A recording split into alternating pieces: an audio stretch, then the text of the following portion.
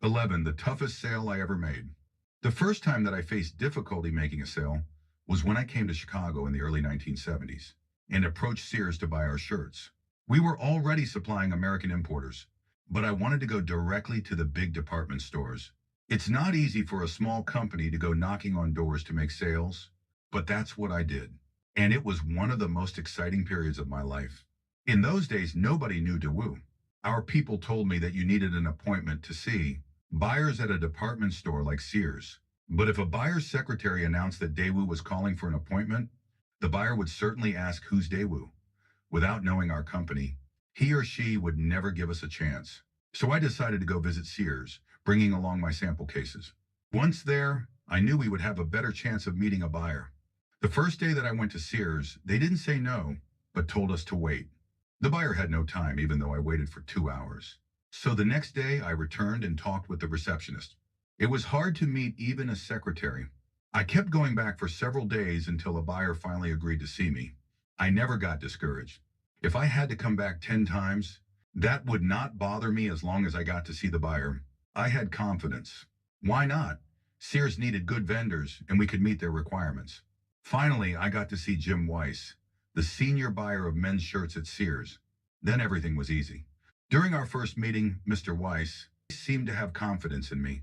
I explained everything very logically and sincerely, which maybe surprised him. I offered to install any facility needed to meet Sears' requirements. Promised to keep delivery dates and set good prices. There was room to cut our price and still make a profit, because I would not be selling through importers. Sears gave me a small test order, and then our business gradually increased to a peak of some $200 million a year. Even now, we still supply shirts to Sears. After we got our first big orders, I installed a test lab exactly like the one at Sears. It was a big investment for us in those days, but I didn't care because we needed to produce quality goods. We gave Sears all the test reports. Mr. Weiss and other buyers visited our factory in Korea, and they were happy to see that lab. We followed their system of quality control and inspection. Soon the shirt buyers at Sears were pro-Kim and introduced me to buyers of other products.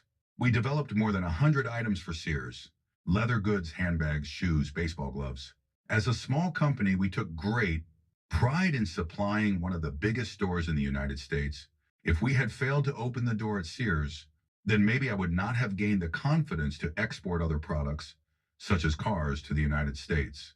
Once we sold to Sears, of course, then it was easy to supply other big American retailers. When you're a young company, a little help is invaluable. Sears helped me a lot because I worked hard for it. Our relationship became like that of a family.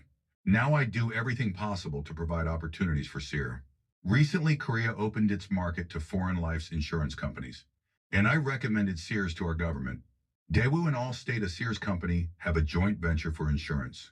I'd like to bring Sears store and credit cards into Korea too.